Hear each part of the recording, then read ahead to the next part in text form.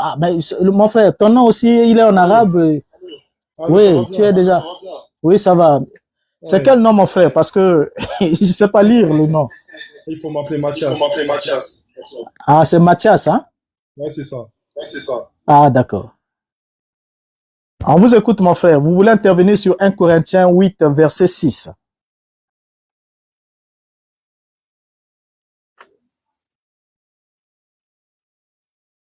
Ah, il est parti?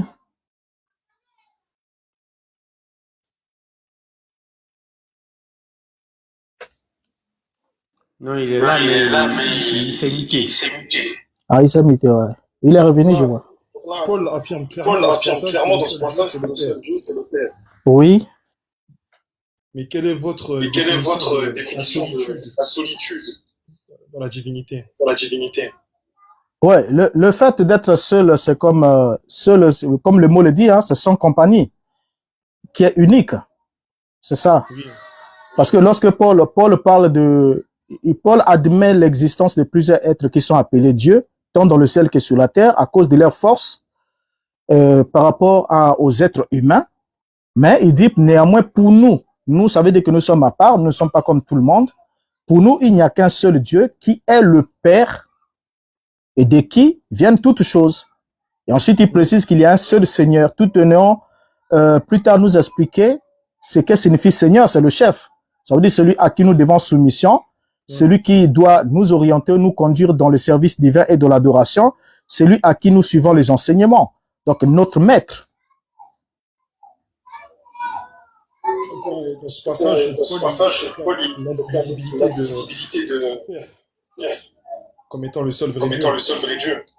Pardon? Ici, dans ce passage, oui. Paul il proclame l'indivisibilité de Dieu le Père.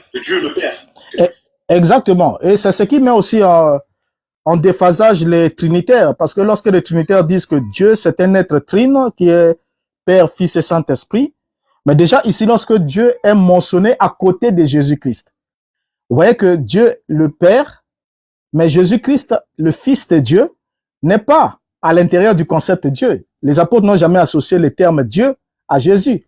En fait, dans l'épître aux Corinthiens ici, ils n'ont jamais associé à Jésus. Merci pour votre réponse. Je vous en prie, mon frère. Nous sommes 37 sur et il n'y a que 12 partages. Je vous demande de partager, s'il vous plaît. Partagez. Nous sommes 34. Il faut 34 partages au moins. Merci. Partagez, aimez, likez, tapoter, comme on le dit, comme on le fait, pour qu'on ait suffisamment d'intervenants. C'est très important. Allô, docteur. Oui, mon frère. Oui. Je vous ai suivi depuis un moment. Je pense qu'il y a de l'écho. Hein. Docteur, ce que vous pouvez muter votre micro, ça de voir peut-être une interférence par rapport au fait que vous avez un micro ouvert aussi. Ah ah. Oui. Bon, bien, j'enlève juste le micro et puis... Non, moi, quand je finis ma question ou mon intervention, vous pouvez reprendre la parole. Là, maintenant, on vous entend pas. Alors, je disais, j'ai suivi votre intervention depuis un moment et je pense que par principe, je partage le même avis que vous. Alors, s'il faut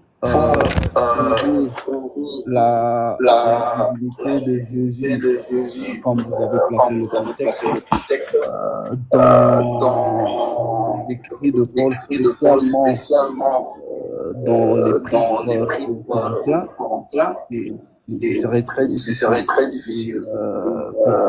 pour le faire. Je ne sais pas s'il y a des gens qui sont en mesure de le faire. Généralement, le seul moyen pour s'échapper, les révélations sur la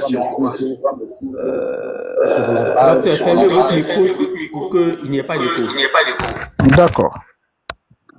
Je pense que si vous faites une exégèse biblique, vous arriverez à la même conclusion que ce que vous présentez. Mais par contre, quelle est votre position par rapport à la divinité de Jésus?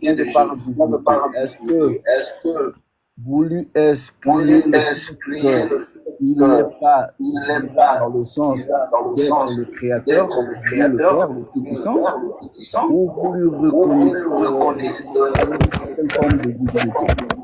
Parce que j'ai comme l'impression que Jésus, avant, en tout cas selon l'écriture biblique, hein, surtout, on va dire, les écrits de l'Alliance renouvelée qu'on appelle communément le Nouveau Testament, il y a des préceptes ou des versets qui lui attribuent une certaine forme de préexistence dans ce sens.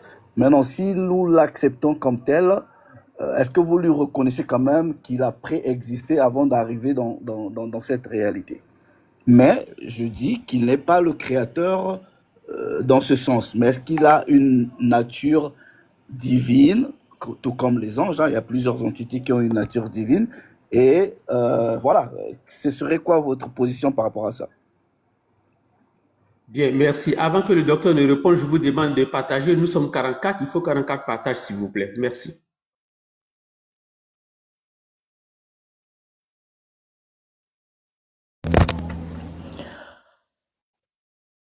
Bien, vous m'entendez? Là, je peux parler? Oui, allez-y, docteur. Merci beaucoup. Bon, déjà, la question que vous avez posée, c'est une question importante. C'est une question très importante puisque nous parlons de la divinité. Et je crois que pour que cela puisse nous aider, que nous puissions tirer une substance réelle, j'avais souhaité qu'on aille point par point. Pourquoi point par point? Vous allez comprendre pourquoi. Parce que déjà, les apôtres, lorsqu'ils ont prêché l'évangile, ils ont prêché l'évangile en n'ayant qu'un seul livre qui était la Torah. Et les épîtres et les 4 évangiles qui ont été canonisés sont arrivés plus tard. Et même les 4 évangiles, Matthieu, Jean, Luc et puis Marc, ont été écrits après les épîtres de Paul.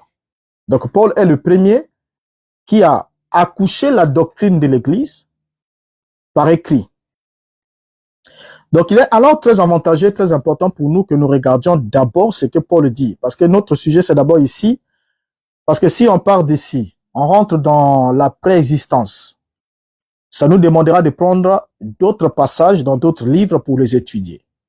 Et je crois que la question sur la préexistence, savoir si Jésus a préexisté ou pas, s'il avait une nature divine ou pas, puisque sur la nature divine, déjà, vous avez déjà donné une réponse à cela, qui est des êtres célestes sont des êtres qui ont une nature divine. Ça veut dire la nature des êtres célestes, la nature des êtres qui sont esprits, qui ne sont pas matériels, qui ne sont pas constitués des éléments, des matériaux terrestres comme nous, comme vous et moi, de la chair et du sang.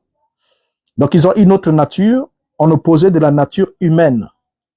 Alors, cette question-là nous demandera de prendre d'autres versets. Alors, mon souhait était qu'on épuise d'abord la question sur Jésus et l'autre Jésus selon Paul aux Corinthiens.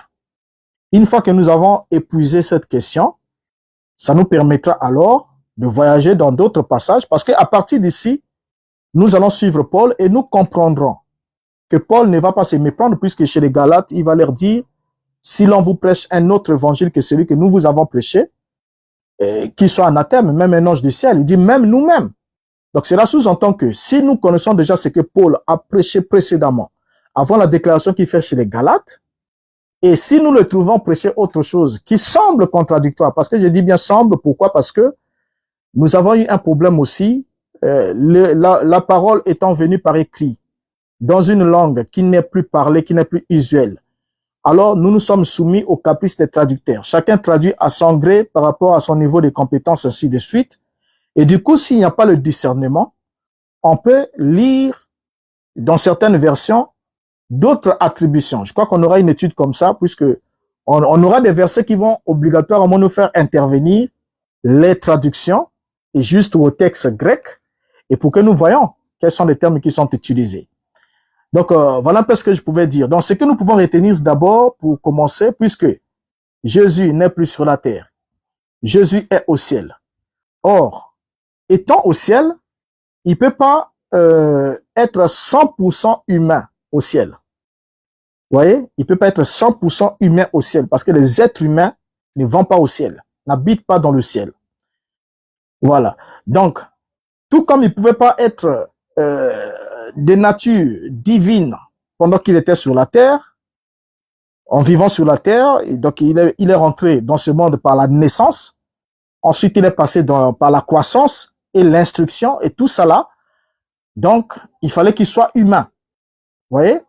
Alors, si je peux donner au moins une réponse, puisque c'est une question qui est posée avant qu'on entre dans les profondeurs de cette dimension, c'est de comprendre que lorsque Paul va chez Timothée, dans l'épître de Paul à Timothée, il dit, il y a un seul Dieu et aussi un seul médiateur entre Dieu et les hommes. Or, le médiateur, c'est celui qui fait la médiation. C'est un peu comme le pont qui permet de relier des rives opposées infranchissables, qu'on ne peut passer que par le pont. Alors, vous allez comprendre que le pont, qu'est-ce que lui il fait? En tant que médiateur, le pont a une partie fixée sur une rive et l'autre partie fixée sur l'autre rive.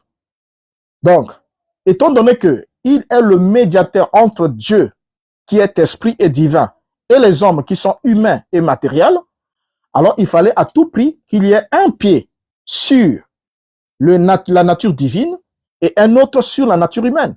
Ce qui fait que lorsque certains amis disent qu'il était 100% un être humain, c'est totalement faux parce que les apôtres ne l'ont pas enseigné.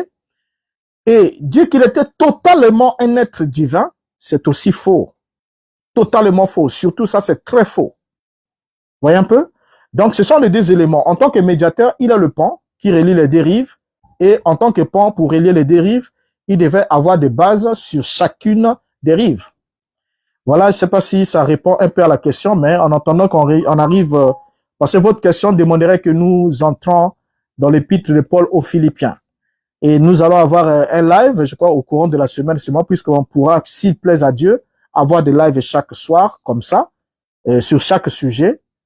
Par rapport aussi à votre soeur, par rapport à la conduite, nous allons les traiter. Peut-être que nous allons parler de la vision de Paul chez les Philippiens. Et au fait, de Jésus. Qu'est-ce que Paul dit de Jésus chez les Philippiens? En ce moment-là, ça nous obligera de prendre Philippiens chapitre 2, le verset 6 à 8. Vous voyez? Et c'est l'un des passages qui fait que certains aussi se tordent la tête par rapport aussi aux traducteurs qui disent oh, étant égal à Dieu, il n'a pas voulu, ou bien tout ça là, il y a beaucoup de caprices qui sont là, existant en forme de Dieu, tous ces éléments-là seront traités. En tout cas, rassurez-vous que nous allons les traiter avec la rigueur des Écritures, comme nous le faisons maintenant avec Corinthiens, et mon souhait est que vraiment, nous puissions parler de ces autres Jésus, selon les Corinthiens.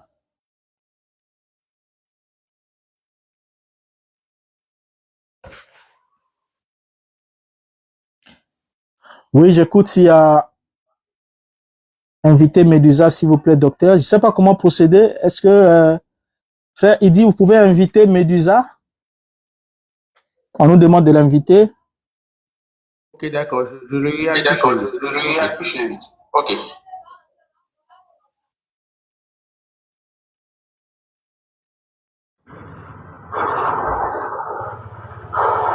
Partagez.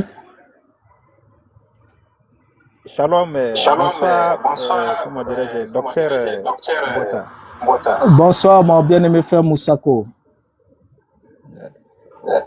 En fait, moi j'ai un problème avec, parce que lorsque vous étiez en train de faire votre introduction, vous avez répété à plusieurs fois que Paul dit si quelqu'un prêche autre chose que Jésus-Christ, qu'il soit anathème. Bon, je ne sais pas si c'est une autre version ou bien c'est vous-même qui avez placé le mot Jésus-Christ. Sinon, ce que je sais, c'est si quelqu'un d'autre prêche autre chose que nous avons prêché, qu'il soit anathème.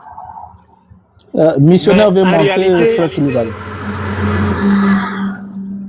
En Je vous écoute, réalité, mon frère. moi je pense que Paul n'a même pas prêché le même évangile que Jésus. Parce que quand nous regardons dans 1 Corinthiens 10, 25, Paul dit manger de tout ce qui se vend à la boucherie. Bon, les chrétiens d'aujourd'hui, par exemple, le groupe de Lava, de Christ, et Gédéon et Riposson, et ils se basent sur ce verset-là pour manger du porc. Et pourtant, nous voyons que dans Lévitique 11:8, le fait de manger porc est interdit. Et nous trouvons que Jésus-Christ aussi n'a jamais prêché de manger porc. Mais par contre, lorsque Jésus-Christ avait prié pour le fou de Gadara, les démons qui sont sortis dans ce fou-là sont rentrés dans des porcs. Docteur, vous pouvez faire votre micro. Comme ça, il n'y aura pas d'écho. Voilà, donc je pense que lorsque Jésus-Christ a prié pour le fou de Gadara, les démons qui sont sortis sont rentrés dans des porcs. Mais nous ne trouvons nulle part où Jésus-Christ prêche de manger porc. Mais c'est à travers le verset de 1 Corinthiens 10, 25, Paul dit manger de tout ce qui se vend à la boucherie. Donc c'est à travers ce verset-là que les groupes de la voix de Christ, les rissophones et Gédéon se basent sur cela pour manger le porc. Maintenant, je voulais savoir qu'est-ce que vous en pensez réellement de cela. Parce que pour moi, c'est comme si Paul contredit, puisque Jésus-Christ n'a jamais prêché de manger porc, et même lorsqu'il a prié pour le fou, le démon qui est sorti est rentré dans les porcs. Bon, mais je trouve qu'il y a un problème en réalité. Je ne sais pas comment vous pouvez nous expliquer un peu ça. Merci. Bon, j'ai enlevé le micro et le dispositif. Là, vous m'entendez, ça va? Est-ce qu'on m'entend? C'est bon, 5 sur 5, c'est bon. Ok. Déjà, merci beaucoup. Je n'ai pas fait mention de Galates 1:8 en disant que si quelqu'un prêche un autre Jésus-Christ que nous avons prêché, qu'il soit anathème. Je n'ai pas fait mention de ça. J'ai parlé d'abord dans 1 Corinthiens 11, verset 4, où Paul dit, si l'on vous prêche un autre Jésus que celui que nous vous avons prêché. Donc avant d'arriver là, il a d'abord commencé par attirer l'attention de l'église corinthienne que de la même manière que le serpent séduisit Ève par sa ruse, je crains que vous puissiez aussi vous égarer, vous éloigner de la simplicité à l'égard de l'évangile de Christ. Alors donc déjà, le premier élément qui nous préoccupe d'abord ici, c'est d'abord sur l'identité de qui est-ce qu'on prêche. Parce que si Gédéon et les autres sont en train de dire, voilà, écoutez, on doit tout manger, ainsi de suite, par rapport à la lecture qu'ils ont fait de ces textes, qu'ils ont d'ailleurs déjà mal compris. Je crois que par la grâce du Seigneur, nous allons y revenir, parce que je souhaiterais vraiment qu'on fasse des choses de façon soutenue. Y revenir pour voir sur les interdits alimentaires. Est-ce que les apôtres, parce que le problème, c'est pas ceux d'aujourd'hui. Déjà, quand on parle de Gédéon et les autres noms que vous avez cités, ils sont déjà les prédicateurs d'un autre Jésus. Donc, étant donné qu'ils prêchent déjà un autre Jésus qui a une identité autre que celui que les apôtres ont prêché, alors du coup, c'est pas surprenant qu'ils aient chacun de dérive une certaine lecture, parce que quand on a un autre Jésus, cela débouche automatiquement dans un autre évangile. Et pourquoi? Parce qu'on est sous un autre esprit. Vous voyez? Donc, il y a l'esprit de la vérité, il y a aussi l'esprit antichrist, qui s'oppose à la loi, qui s'oppose à la Torah, qui s'oppose au commandement divin. Donc, ce qu'on peut d'abord retenir ensemble avec vous, c'est que lorsque le Mashiach est arrivé, le Mashiach n'est pas venu pour abolir la loi. Il n'est pas venu abolir la loi, et il est venu accomplir la loi. Une fois qu'il a accompli la loi, il a donné des instructions, Et à partir de ce moment-là, ces instructions ne sont pas réservées à tous les êtres. Ce n'est que réservé à ceux qui ont été appelés, mis à part, qui ont été sanctifiés. Vous allez vous rendre compte avec moi que les épîtres de Paul, il les adresse dans l'introduction, il dit « Épître de Paul à l'église ou aux saints qui sont dans telle ville, à ceux qui ont été appelés, qui ont été sanctifiés. » Vous voyez? Donc, ça veut dire que ce n'est que ceux-là qui ont reçu le même esprit qu'avait le Christ, le même esprit de caractère d'enseignement qu'avaient les apôtres, pourraient comprendre le contenu de ce qui est écrit.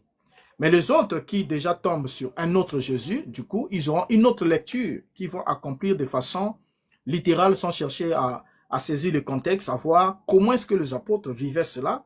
Parce qu'une chose est de dire une chose et de lire ce qui a été écrit, et une chose est de comprendre exactement comment les apôtres pratiquaient cela avec le Mashiach. Voilà un peu ce que je pouvais dire. Je crois que je note ce sujet-là et nous y reviendrons le plus tôt possible. Je crois on aura des lives chaque soir comme ça ici. Et déjà, le sujet que vous avez évoqué, je prends déjà note. Peut-être qu'on pourra déboucher sur ce sujet-là pour parler du manger du porc. Est-ce que un enfant de Dieu qui a cru en Jésus-Christ comme son Seigneur et Sauveur et qui craint Dieu, qui sert Dieu, avec la Bible ouverte à l'appui, peut-il ou non manger le porc? C'est une bonne question et nous allons avoir vraiment un live où nous allons statuer là-dessus parce qu'il n'y a pas que ça, il y a beaucoup d'autres interdits qui vont et nous allons les examiner à la lumière des Écritures. Je crois que ça sera nettement mieux. Merci beaucoup en tout cas pour votre suggestion. Merci, pasteur. Merci, docteur. Donc, vraiment, c'est bien cerné. Vraiment, merci et c'est cela. Merci bien.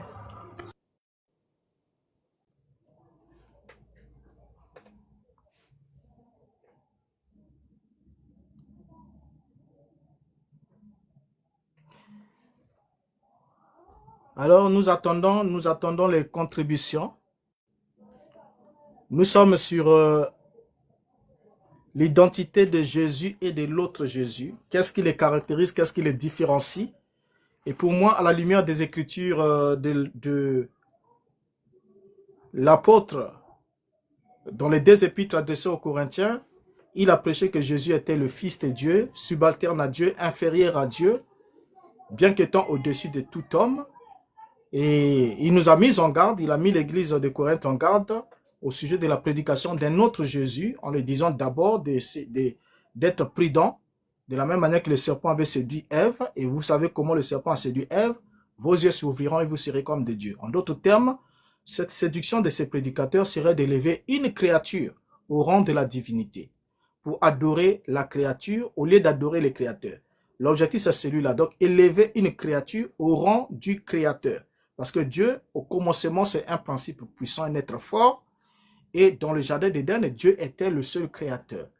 Alors, donc, du coup, ces autres serviteurs et apôtres qui viendront, selon l'apôtre Paul aux Corinthiens, prêcheront un autre Jésus, qui sera identitairement différent de celui que les apôtres ont prêché. Et c'est cette question-là qui vraiment nous préoccupe dans ces lives. Et j'aimerais vraiment qu'on épuise cette question et qu'on puisse examiner les Jésus que nous avons. Frères, sœurs, vous avez des contributions, des questions à ce sujet. Posons-nous ces questions et puis interagissons pour que nous ayons des réponses qui nous seront vraiment éclairées et édifiées. Qu'en sortant d'ici, ce ne soit pas juste un temps que nous avons passé, mais que ce soit un temps d'expérience. Un temps d'expérience.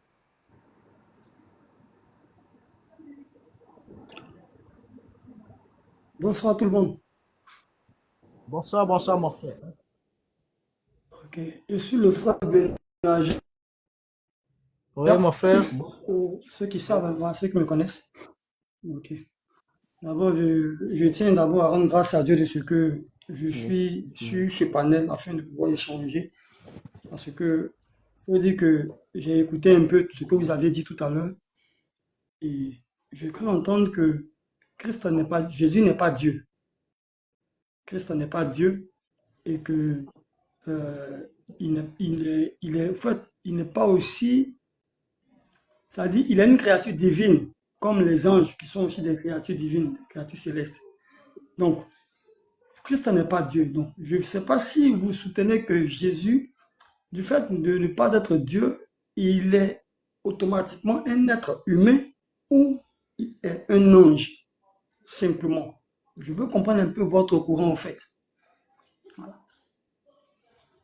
Ok, donc pour répondre à cette question, je crois que j'ai parlé de ça tout à l'heure. La thématique ici, comme je ne sais pas si vous avez pris depuis le commencement, nous sommes avec l'apôtre Paul qui s'adresse aux Corinthiens, qui leur met en garde qu'il y a des gens qui viendront pour leur prêcher un autre Jésus que celui qu'ils ont prêché. Alors, nous nous sommes posé la question de savoir si le Jésus que nous avons avec nous, c'est Jésus ou bien c'est l'autre Jésus. Parce que déjà dans les propos de l'apôtre, c'est lui qui a parlé de Jésus, qui avertit déjà l'Église qu'il y a des serviteurs qui viendront prêcher un autre. Un autre, ça veut dire qu'il sera distinct du point de vue identitaire de celui que nous vous avons prêché. Ça nous a permis de remonter l'épître de Paul aux Corinthiens depuis 1 Corinthien. Nous avons regardé, nous avons vu comment est-ce que Paul dépeignait Christ, Jésus, et comment est-ce qu'il présentait sa relation par rapport à Dieu. Il présentait Jésus comme étant le Fils de Dieu, comme étant un être soumis à la volonté de Dieu, comme étant un être subalterne à Dieu, bien qu'étant le Seigneur de tout homme ou le chef de tout homme. Alors, donc à partir de ce moment-là, ça nous permet d'identifier le Jésus que nous avons avec nous. Alors, si vous posez la question de savoir, est-ce qu'il était simplement un homme? J'avais dit déjà ici, non, il n'était pas un simple homme, parce que la Bible dit, j'aimerais pas trop qu'on prenne d'autres passages, sinon ça va nous emmener encore à d'autres versets, mais déjà je le cite comme ça en passant, qu'il avait paru comme un simple homme. Alors lorsqu'il est dit qu'il est paru comme un simple homme, ça veut dire qu'il avait une nature autre que celle d'un simple homme. Vous voyez? Alors, pour être le médiateur entre Dieu et les hommes, parce que quand on parle de médiateur, c'est un peu naturellement expliqué comme étant le pont. Le pont permet de faire la médiation entre deux rives qui sont totalement opposées et infranchissables. Maintenant, pour traverser d'une rive à l'autre, vous devez passer par le pont. Voilà pourquoi Jésus dit, je suis le chemin. Je suis le chemin, la vérité et la vie. Or, lorsqu'on parle du chemin, ça veut dire que c'est une voie d'accès qui vous permet d'atteindre Dieu. Donc, le chemin n'est pas l'objet final ou le point de chute, mais le chemin, c'est une voie. C'est un canal par lequel, une fois que vous l'empruntez, vous accédez quelque part. Alors, quand il dit qu'il est le chemin, et l'apôtre Paul dit qu'il y a un seul médiateur entre Dieu et les hommes, il dit qu'il y a un seul Dieu et un seul médiateur entre Dieu et les hommes, Jésus-Christ, homme. Pourquoi est-ce qu'il dit homme? Parce que Jésus est au ciel. Pendant que Paul écrit à Timothée, Jésus est au ciel. Or, quand Jésus est au ciel, pour qu'il soit le médiateur entre Dieu et les hommes, il fallait qu'il y ait une combinaison de nature. Il fallait qu'il puisse avoir une partie de son être qui est sur la rive de la divinité et une autre partie qui est sur la rive de l'humanité pour pouvoir faire le pont, vous voyez, entre l'humain et le divin, tout en n'étant pas 100% humain et tout en étant non plus 100% divin, étant un être subalterne à Dieu, bien qu'étant supérieur à l'homme par rapport à sa position. Donc voilà la lecture que j'ai faite de cet épître de Paul aux Corinthiens.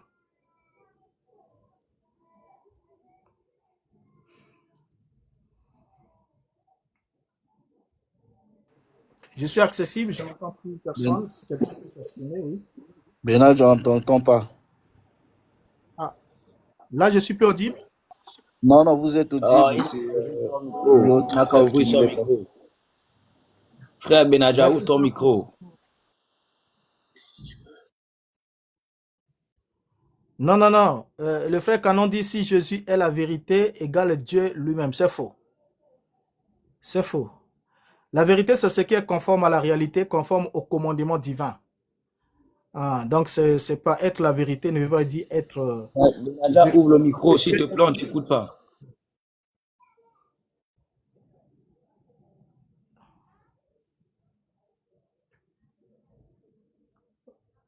Oui, qui a la parole?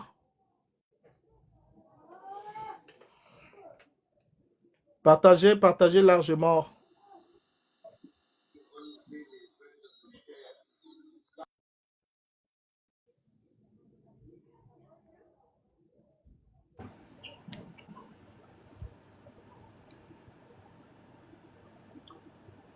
Euh, je ne sais pas si le frère il revient ou pas.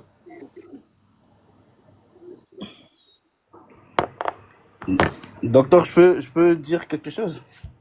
Allez-y, mon frère. Oui, mais Benadja, tu devrais intervenir, on t'entend pas.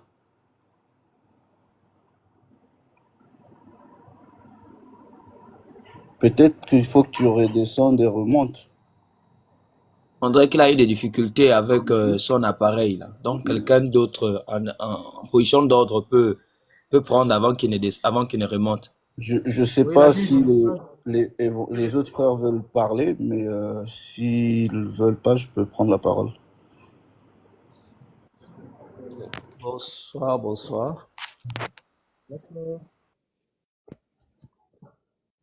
Hmm. Salut, docteur. Salut, mon frère. Ok, je suis ravi un peu de votre exposé, de l'avoir entendu. C'est bien fait, j'apprécie. Je sais que je pourrais dire, pour ceux qui ne comprennent pas ce que vous enseignez, et que il y a un sérieux problème avec les Écritures, un très sérieux problème d'abord. Je dis souvent aux gens que la Bible telle que nous l'avons aujourd'hui, nous devrions savoir que c'est une traduction. Et les textes ont été écrits en araméen, en hébreu. Et les mots, lorsque nous allons les lire en araméen, parfois pour comprendre un peu mieux plus l'essence de ce qui était dit, nous trouvons déjà que c'est pas pareil avec cette compréhension que nous ont légué les systèmes catholicisme, le système protestantisme, et tous ces systèmes-là nous ont donné une compréhension qui est même là où Yeshua parle je crois dans Luc 12 ou 11, là où il dit, vous avez la clé, mais vous empêchez ceux qui veulent d'y entrer pour comprendre la science. Donc, il y a une compréhension telle que vous venez de le dire. Les gens ont du mal à comprendre parce que lorsque vous lisez le texte déjà, on prend d'abord en français, les textes nous ramènent à comprendre que Jésus, oui, il est présenté comme un fils, mais pour comprendre d'abord la pensée lorsqu'on parle d'un fils, lorsqu'on parlait d'un fils à ces époques-là, à quoi on faisait référence lorsqu'on dit fils de Dieu? Parce que ce n'est pas simplement Jésus qui a été nommé fils de Dieu à cette époque-là. Donc, vous allez comprendre, lorsque vous comprenez d'abord le mot fils en grec, en hébreu, en araméen, qu'est-ce que ce mot voulait renvoyer à quoi exactement? Lorsque vous comprenez cela, vous allez comprendre automatiquement ceux qui ont écrit le texte que nous lisons dans la Bible, vous allez comprendre leurs pensées, vous allez comprendre ce qu'ils voulaient dire. Je dis souvent aux gens que le texte de la Bible est tellement codé. Surtout les 4 évangiles, la parole de Jésus, elle est très, très codée. Parce que lorsque les gens lisent, je crois qu'on s'arrête simplement à la simple lecture. Mais nous n'entrons pas dans l'étude des mots, des lettres et de la pensée et du sens même de ce qui est écrit. Donc, l'essence même de ce qui est écrit. C'est par exemple lorsque nous lisons dans Matthieu, je crois, Matthieu 6. Dans Matthieu 6, il dit, cherchez premièrement le royaume des cieux. C'est ce qu'il est écrit, cherchons premièrement le royaume des cieux. Et la justice. Oui, nous te recevons. S'il vous plaît, est-ce qu'on me reçoit? C'est bon, le frère, oui. L'intervention, donc ferme d'abord ton micro. Est-ce qu'on me reçoit, s'il vous plaît? Nous te recevons, le frère, l'intervention. D'accord, merci bien, voilà. Donc, je suis là. Permets qu'il finisse et puis tu prends. Voilà. Oui. Donc, par exemple, lorsque le texte comme je disais, de Matthieu, dans Matthieu, je crois 6, Matthieu 6, donc nous verrions que dans ce texte-là, lorsqu'il dit à ses disciples, dans Matthieu 6, de ne vous inquiéter de rien, cherchez premièrement le royaume des cieux, 33, Matthieu 6, 33, cherchez premièrement le royaume des cieux et la justice de Dieu, et tout le reste vous sera donné. nous allons vite comprendre ici, lorsqu'on parle, c'est comme si les gens doivent aller chercher un royaume qui est, je crois, à l'extérieur, en haut, ou dans les eaux quelque part. Non. Mais lorsque vous allez dans ces mots, vous étudiez les mots ici en araméen, parce qu'il y a des textes araméens qui existent, mais parfois ils sont cachés, ils sont pas, comment je peux dire, accessibles par la majorité des hommes un peu sur terre, comme je pourrais dire, de la population mondiale. Donc, vous verrez que dans ces textes-là, lorsqu'il dit chercher premièrement le royaume des cieux, donc nous comprenons, quand nous cherchons le royaume des cieux, le mot qui veut dire en araméen, il veut simplement renvoyer à chercher une manière de dire que le Christ, il est caché en nous. Le royaume des cieux est caché en nous. Donc, aller au-delà de ce corps physique, matériel, et pénétrer notre dimension intérieure. C'est dans cette dimension-là qui est caché le royaume dont nous avons besoin. Donc, je voulais simplement toucher ça pour pouvoir donner l'exemple, pour montrer que nous comprenons parfois très mal les Écritures, et c'est ce qui nous renvoie à dire des choses que nous ne comprenons pas, que nous n'avions même pas bien pu analyser et pu comprendre. Il y a plusieurs textes qui démontrent que Jésus est le Fils et qu'il n'est pas Dieu. D'après le thème, l'autre, nous savons que lorsque on parle de l'autre, que l'apôtre Paul est en train de nous renvoyer, c'est qu'il parle qu'il viendra un autre, mais cet autre-là va se placer à la place de la divinité, de la source, donc de l'infini. Donc, c'est lui, on va le placer à la place de l'infini, à la place du Créateur, pour nous dire que c'est lui qui est le Créateur, et c'est lui qui est la source de toutes choses. Mais et pourtant, l'apôtre Paul l'explique dans plusieurs textes. Lorsque vous allez dans 1 Corinthiens 15, 1 Corinthiens 15, je crois, le verset 30, quelque chose comme ça, il explique clairement qu'il viendra un temps auquel il va les placer à sa droite, attends à ce que je puisse faire de tes ennemis tes marchepieds. Et la Bible dit, j'aimerais lire les versets pour que ça ne soit pas que j'aimerais lire, c'est dans 1 Corinthiens 15, 1 Corinthiens 15, j'aimerais lire les textes pour nous aider à comprendre. 1 Corinthiens 15, ok, j'y suis. 1 Corinthiens 15.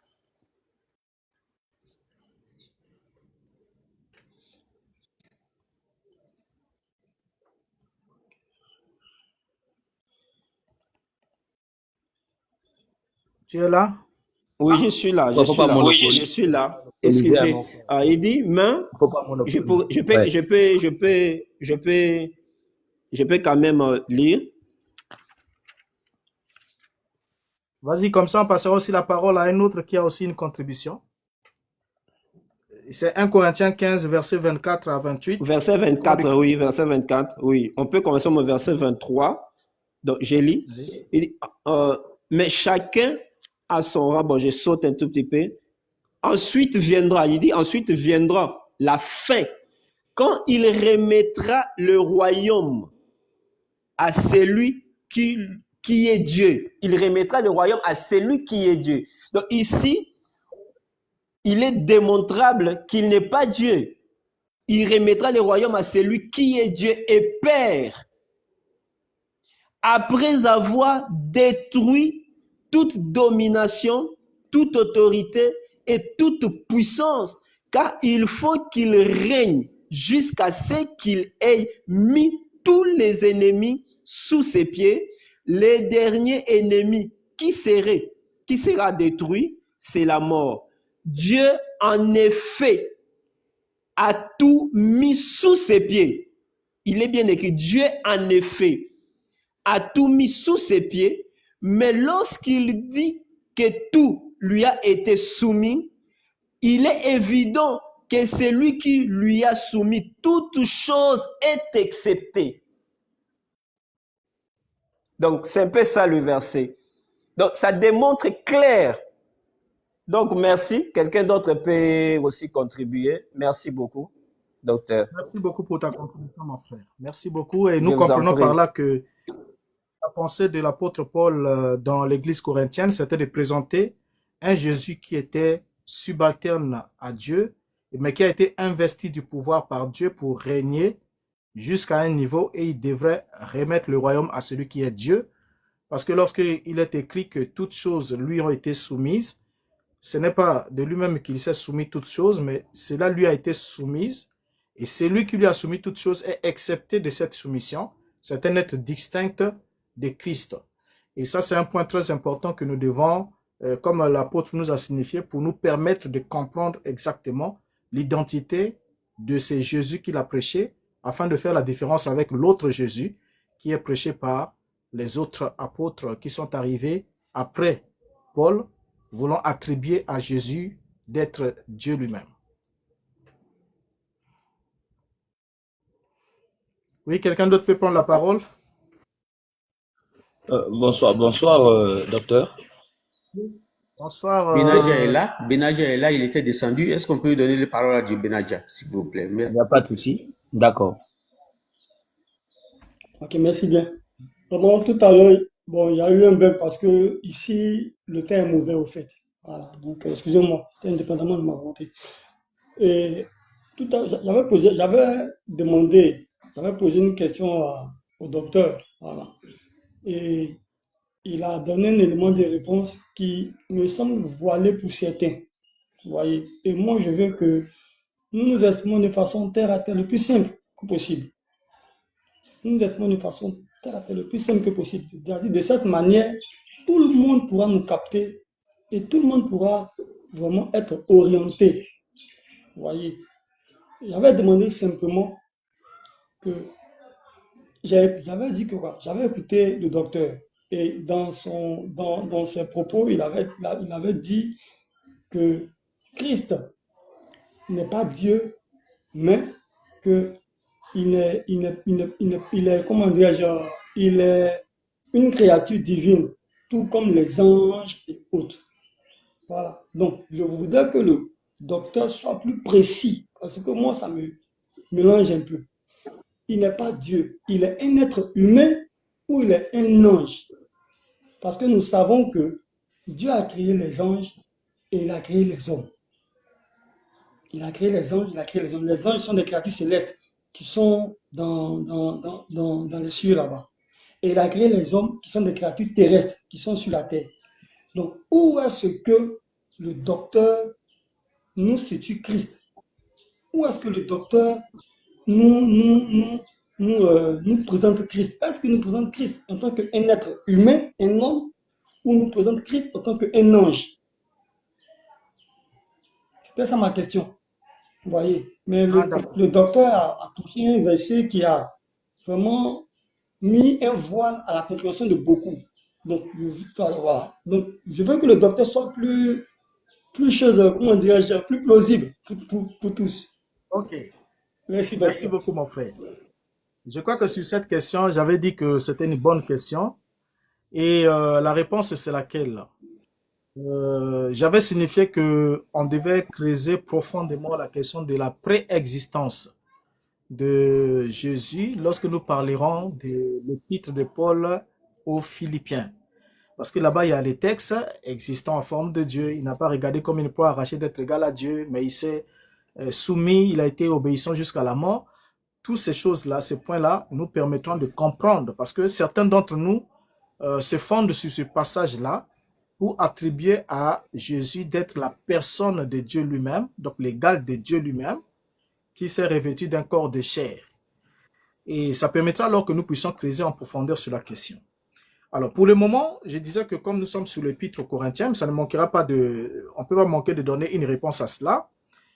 Dire que c'est parce que tu avais eu un souci, tu n'avais pas suivi, j'avais répondu. Dire que Jésus était simplement un homme, ça serait aller à l'encontre de ce que les apôtres ont prêché. Parce qu'il n'était pas un homme ordinaire. Et dire qu'il était aussi simplement la personne de Dieu, ce serait aussi aller en tout cas au-delà même, au fait, aucun apôtre ne reconnaîtra même cela, c'est un son qui n'est pas sorti de leur évangile.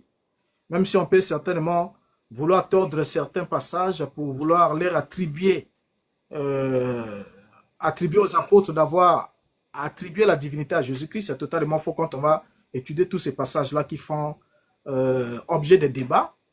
Alors, ce que nous retenons sur la nature de Jésus, c'est que, en qualité de médiateur, du seul médiateur entre Dieu et les hommes, pour qu'il fasse la médiation, il devait avoir une partie, comme un pont. J'ai donné l'illustration d'un pont.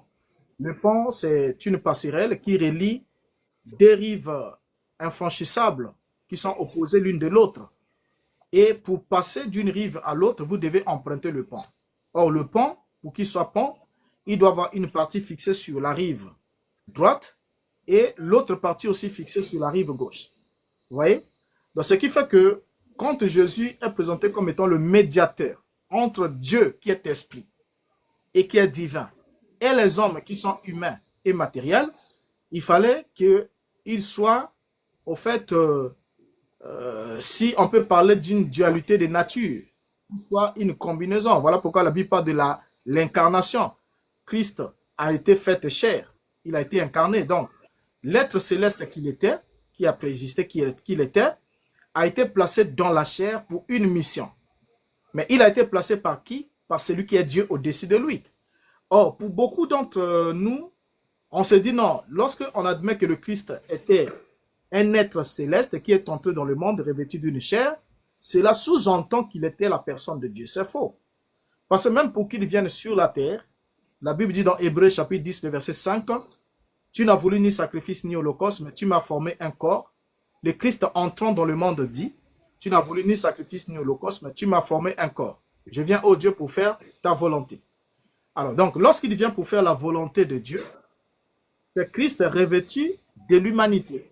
Une fois que la mission finit, il représente les humains auprès de Dieu comme étant le seul être humain qui a été glorifié. Parce que il est mort, il est ressuscité pour ce que les apôtres ont prêché et il a été élevé à la droite de Dieu, il a été glorifié. Donc lorsqu'il rentre dans sa gloire, il est glorifié, ça veut dire il retourne à la gloire qu'il avait au commencement, mais quand il repart à la gloire qu'il avait au commencement, c'est un être humain glorifié. Ce qui lui permet d'être le médiateur entre le divin et les humains. En d'autres termes, le chemin entre les deux, sans être l'objet final, soit la personne de Dieu lui-même. Parce que Paul dit, il y a un seul Dieu et il y a aussi un seul médiateur entre Dieu et les hommes, Jésus-Christ, homme. Donc, bien qu'étant auprès de Dieu pour la médiation, mais il est toujours homme, comme dit l'apôtre. Donc, il y a l'humain auprès du divin, tout en étant distinct de Dieu lui-même. Ok, j'ai saisi votre réponse et il faut dire que l'élément est sorti enfin. Voilà, je dirais, parce que tout à l'heure vous avez parlé de choses, de son rôle. Vous avez pris le temps à nous définir son rôle. Alors que moi j'avais demandé simplement, qui est-il? Il est un être humain ou ça il est un ange? Donc, vous avez pris le temps de nous définir le rôle. Quant au rôle, Non, il n'est pas un ange. Parce que pas d'ambiguïté. Oui, quand on parle de l'ange, l'ange c'est un être céleste. Je peux, s'il vous plaît. Je disais donc que on me reçoit? Oui, on vous reçoit. Ok, merci bien. Je disais tout à l'heure que ma question n'était pas sur la définition de son rôle. Non, je n'ai pas demandé quel est son rôle. Vous voyez, déjà, Dieu, il est Dieu, mais il est créateur. Il est Dieu, il est celui-là qui nous garde. Il est celui-là qui nous soutient. Il est celui-là qui est à notre écoute quand nous crions à lui. Ça, ce sont les différents rôles que Dieu joue en notre faveur. Vous voyez, soit à notre égard. Je ne dis pas quelle est la nature de Dieu. J'ai demandé quel était, je dirais, je ne dis pas quel est le rôle. Vous voyez, je n'ai pas demandé le rôle de Jésus. J'avais demandé, est-ce que c'est un homme ou c'est un ange? Bon, déjà, dans votre réponse, vous avez été clair, enfin. Vous avez dit qu'il est un homme auprès de Dieu. C'est l'élément qui est ressorti enfin. Donc, selon votre définition, c'est-à-dire selon votre présentation de Christ, c'est un homme auprès de Dieu. Donc, je ne sais pas si peut-être que c'est moi qui ne comprends pas les écrits de Paul. Vous voyez, parce que l'apôtre Paul nous demande d'être, il nous dit que nous sommes édifiés sur le fondement des apôtres et des prophètes. Donc, Jésus-Christ est lui-même la pierre angulaire. Donc, puisque nous sommes édifiés sur le fondement des apôtres, moi j'écoute l'apôtre Paul beaucoup, j'écoute aussi Simon-Pierre, j'écoute un peu tout le monde. Comprenez? Et quand j'écoute l'apôtre Paul, je me dis que je ne me suis pas trompé de croire que Jésus est Dieu. Pourquoi je le dis? Parce qu'il y a un verset qui est clair. Nous prenons le livre de Titre. Titre chapitre 2. Titre chapitre 2, le verset 13. Si quelqu'un peut nous lire rapidement, on va voir.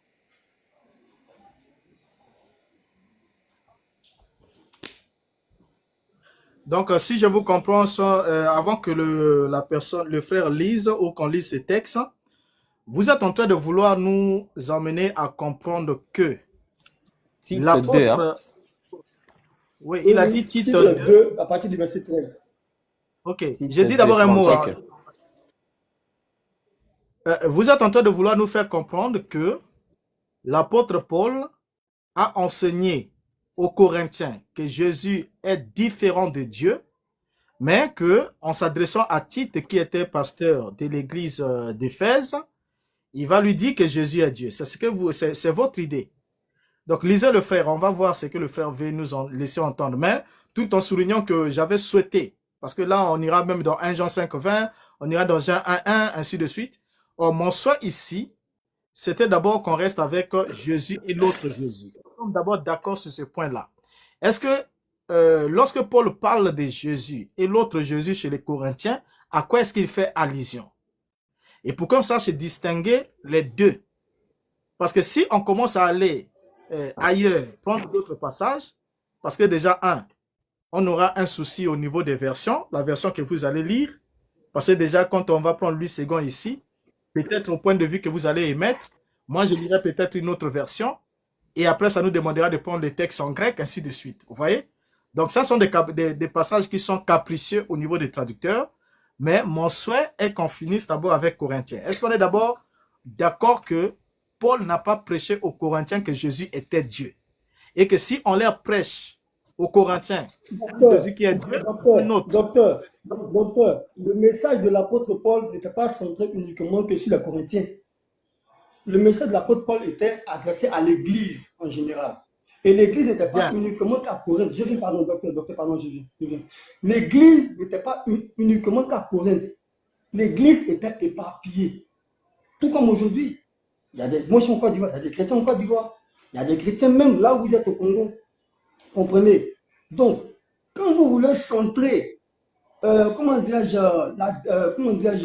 l'identité de Christ sur un message qui est dans un contexte bien précis, et vous ne cherchez plus à tenir compte des autres messages, ça devient inquiétant quelque part. C'est comme je dis, moi Anthony, je suis un Ivoirien, et que actuellement je suis dans mon village, je suis dans mon village. Je dis, moi Anthony, je suis un Ivoirien, et je suis dans mon village. Ça ne veut pas dire que moi Anthony, en dehors de mon village là, il n'y a pas d'autre lieu que je ne fréquente pas. Attention, comprenez, non? Donc le message là, il faudrait que nous puissions le présenter dans son entièreté. Il faudrait que nous puissions le présenter dans une lucidité qui va permettre aussi aux autres d'être édifiés. Mais ne cantonnons pas Christ, ou ça, ne cantonnons pas le message de Paul. Comprenez, non? Ne cantonnons pas la présentation de Christ que Paul fait uniquement que sur l'épître aux Corinthiens. Et puis même dans l'épître aux Corinthiens, l'apôtre Paul, il est dans un contexte bien précis. Voilà la preuve. Voilà que je demande maintenant qu'on lise, Tite chapitre 2, le verset 13 là. Vous commencez à nous parler de version. Alors que tout à l'heure, vous lisiez une version qui était simple. Prenez votre version et puis lisez-nous Tite chapitre 2, le verset 13. On va écouter. Docteur, on va lire. Merci. Moi, je me dis Docteur, une minute, s'il vous plaît. 82, je souhaiterais qu'il y ait 82 partages, s'il vous plaît. Nous sommes 82 qui suivons. il faut 82 partages. Merci. Je n'arrive même pas à partager. Bon. Moi, je me dis que on doit être dans le sujet, hein, parce que j'ai comme l'impression que nous nous éloignons du sujet là. Bon, Parce je que si crois on... que... Oui, on va essayer un peu de faire ceci. Mon Revenons dans frère le bien sujet aimé, là. oui, frère Benaja, on n'est pas ici en train de faire le tri des versets qu'on doit lire et qu'on ne doit pas lire. Loin de là. Je disais simplement que le sujet sur la divinité, pour qu'on s'en sort. Parce que généralement, ça fait un bon bout de temps que je n'ai plus jamais voulu participer dans les débats sur la divinité. Que ce soit au niveau de la télévision, comme au niveau de Facebook, au niveau de YouTube. Ceux qui me connaissent, je ne réagis plus sur ces débats-là. Parce que je me dis que le monde chrétien, c'est un monde, Docteur, excusez, gens est-ce sont... qu'on peut d'abord lire le verset qu'il a donné? Est-ce qu'on peut lire le verset qu'il a donné et après on va continuer? Non, Si on je peut fais d'abord lire le cette verset. remarque, c'est important. C'est important cette remarque, si vous voulez mon frère. Ah, ok, On va lire. ok, ça va. La remarque que je veux faire, c'est laquelle? C'est-à-dire que lorsqu'on veut parler sur la divinité, les apôtres n'ont pas étalé tous les points le même jour. Parce qu'il y a des gens qui ont été sauvés, qui ont écouté les apôtres. Lorsque, par exemple, Paul écrivait aux Corinthiens, il n'a pas écrit à Tite. Donc, vous n'allez pas dire que les gens, l'église corinthienne a compris autrement et que pour qu'il soit sauvé, il fallait qu'il ait la foi totale avec ce que Paul aurait dit à Tite. Alors, donc, mon frère, Pat MK, fermez votre micro, s'il vous plaît. Pat MK, fermez votre micro, s'il vous plaît. Mon souhait, c'était lequel? On statue sur un point. On finit avec ce point. Si on veut parler de ce passage-là, que vous voulez qu'on lise tout de suite, on peut revenir. On a un sujet, on parle, par exemple, le titre, on peut parler de seul grand Dieu et sauveur par rapport à ce que Paul a adressé à Tite, et nous traitons de cette question.